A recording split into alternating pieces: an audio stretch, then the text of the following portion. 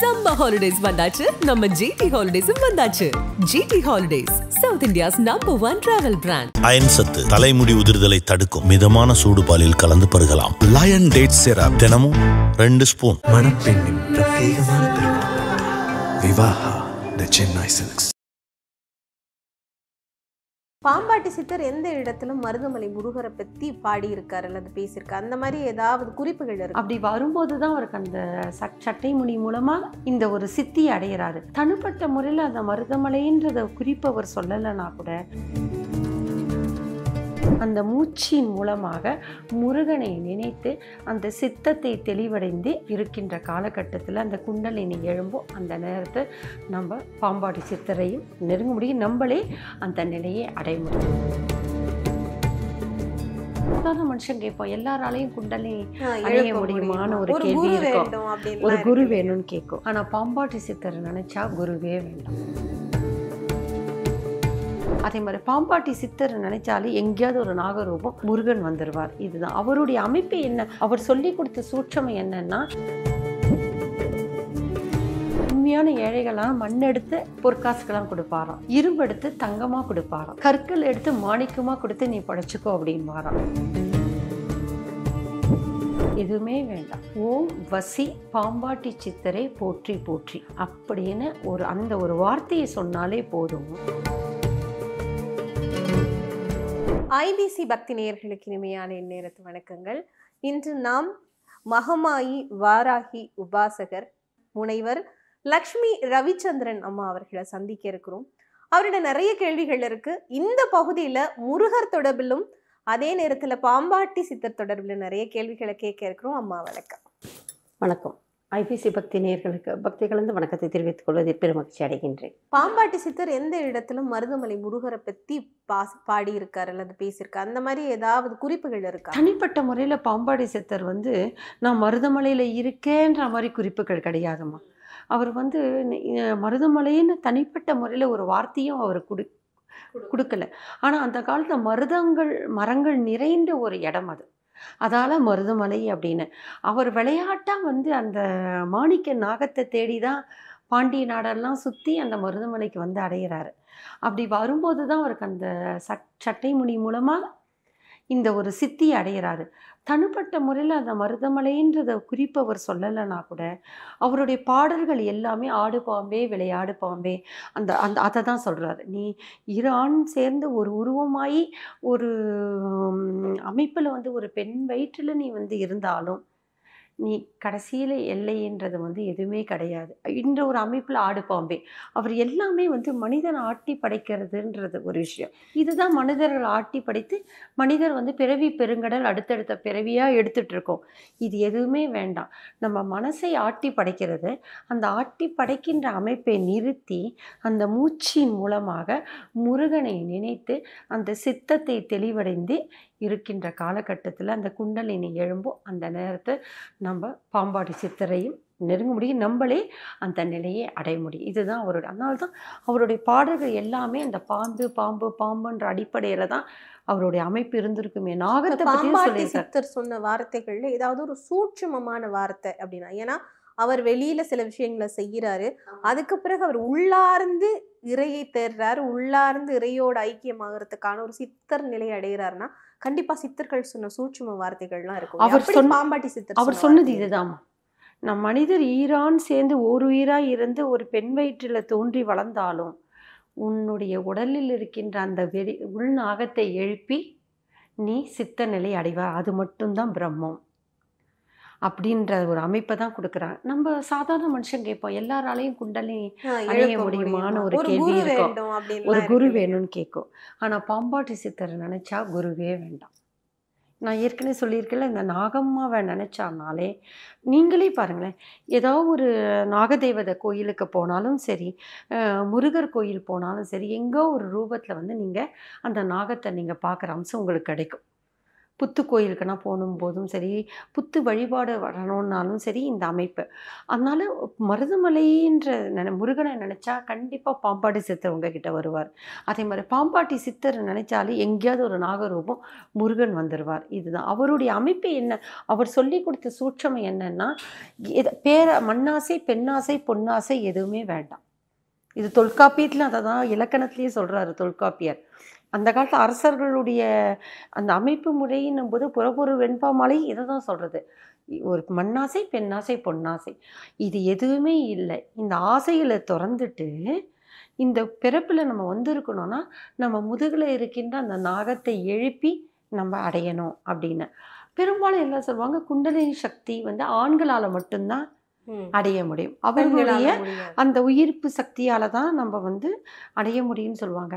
பெண்களால் அடைய முடியாது அப்படின்னு சொல்லுவாங்க. ஆனால் நான் அதுக்கு பற்றி நம்ம நிறைய பேசுவோம். இருக்காங்க, காரைக்கிழமையாக இருக்காங்க, ஔவையார் இருக்காங்க.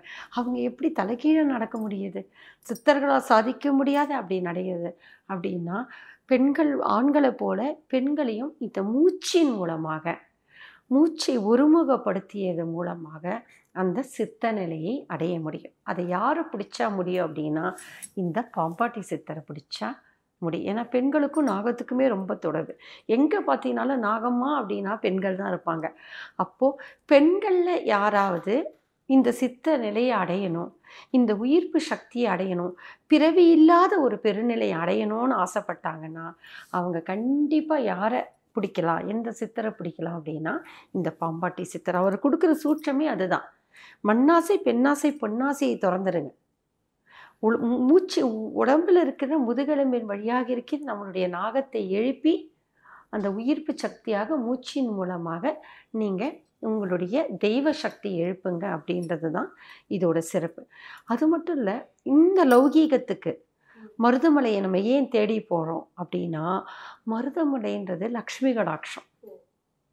இன்றைக்கும் சின்னப்ப தேவர் ரொம்ப ஏழ்மை நிலையில் அந்த படம் எடுக்கும்போது அந்த வெற்றி பெற்று அந்த மருதமலையோட படிக்கட்டெல்லாம் எழும்பி இருக்குன்னா அந்த சின்னப்ப தேவர் போட்டு கொடுத்தது தான். அப்போது மருதமலை யாரை தொட்டாலுமே, மருதமலை யார் படியேறினாலையுமே செல்வம் கிடைக்கும், லக்ஷ்மி கடாட்சம் கிடைக்கும்.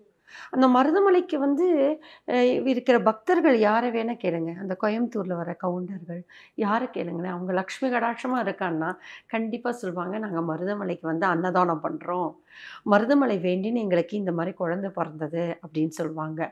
இந்த மருதமலை தான் இந்த பாம்பாட்டி சித்தரும் பார்த்தீங்க அப்படின்னா, இந்த நாகலோகம்ன்றது பூமிக்கு கீழே, பூமியை புதையல் காக்கும், பூதம் காக்குன்னுவாங்க, நாகம் காக்கும்.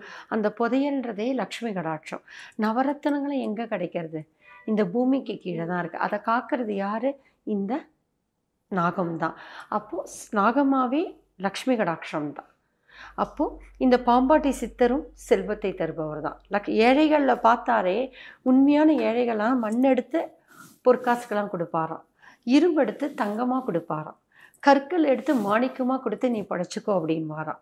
அந்த மாதிரி ஒரு அமைப்பு இருக்குது. அதனால் இந்த மருதமலையை நம்ம சென்று சேர்ந்தோம் அப்படின்னாலே, அந்த மருதமலை முருகனை வழிபட்டாலே என்ன கிடைக்கும் அப்படின்னா, இந்த லக்ஷ்மி கடாட்சம் கிடைக்கும். முருகன் என்றாலே இச்சாசக்தி, ஞானாசக்தி, கிரியாசக்தி.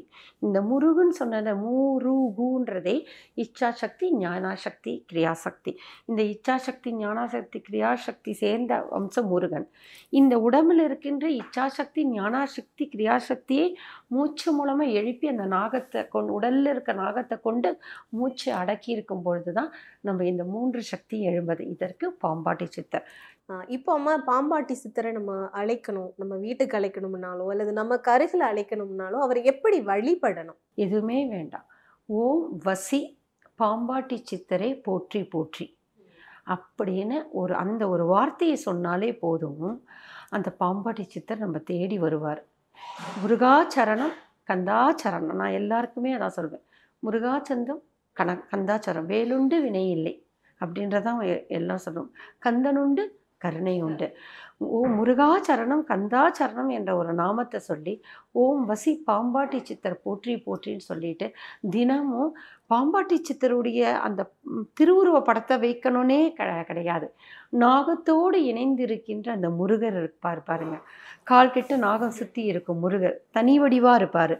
அந்த நாகத்தோடு இருக்கிற அந்த முருகனுடைய வழிபாட்டை வந்து வைத்து இந்த 6 நெய் விளக்கை ஏற்றி விடிகாலையில் பிரம்ம முகூர்த்த நேரம் அந்த நேரத்தை தான் இந்த பாம்பாட்டி சித்தர் வழிபடணும். ஏன்னா அந்தி சாய்ந்தாலே நம்ம நாகோன்ற வார்த்தையை சொல்லவே கூடாது, சர்பன்ற வார்த்தையை சொல்லக்கூடாது.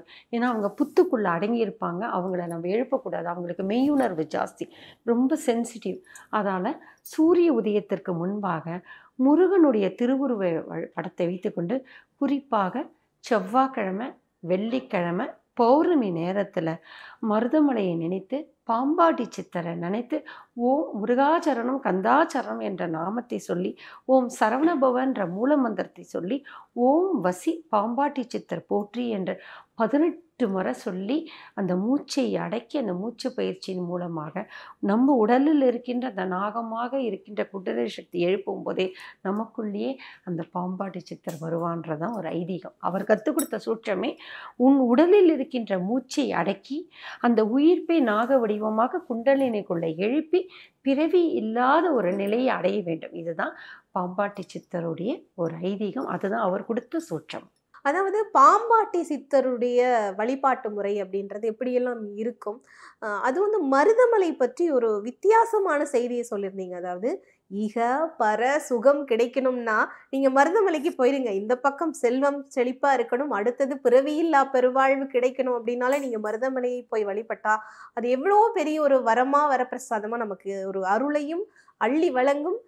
முருகர் ரூபத்திலும் அதே போல பாம்பாட்டி சித்தர் ரூபத்திலும் அப்படின்ற ஒரு பல விஷயங்களை சொல்லியிருந்தீங்க. சித்தர் நம்ம செலக்ட் பண்ணிட்டாரா அல்லது நம்ம சித்தர் பக்கத்துல போகலாமா அப்படின்றதுக்கும் சில சூட்சுமங்களை நீங்க சொல்லியிருந்தீங்க இந்த நேர்காணல்லையே. அது நம்மளுடைய நேர்களுக்கு புரிந்து கொள்வார்கள், தெரிந்து கொள்வார்கள். பாம்பாட்டி சித்தர் தொடர்பில் பல விஷயங்களை இந்த நேர்காணல் மூலமா தெளிந்திருப்பாங்க அப்படிங்கிற ஒரு நம்பிக்கையும் எங்களுக்கு வந்திருக்கு. இந்த நேரத்துக்கும் நேர்காணலுக்கும் ரொம்பவே நன்றிமா. இன்னும் நிறைய விஷயங்கள் வந்து உங்கள் மூலமாக சித்த பெருமக்களும் தெய்வங்களும் சொல்ல இருக்காங்க. நம்ம தொடர்ந்து நிறைய நேர்காணல்ல சந்திக்கலாம். நன்றி, வணக்கம். மிக்க மகிழ்ச்சி. சம்மர் ஹாலிடேஸ் வந்தாச்சு, நம்ம ஜிடி ஹாலிடேஸும் வந்தாச்சு. GT holidays, South India's number 1 travel brand. Iron சத்து தலைமுடி உதிர்தலை தடுக்கும் மிதமான சூடு பாலில் கலந்து பருகலாம். லயன் டேட் சிரப் தினமும் 2 ஸ்பூன். மணப்பெண்ணின் பிரத்யேகமான திருமணம் விவாஹா தி சென்னை சில்க்ஸ்.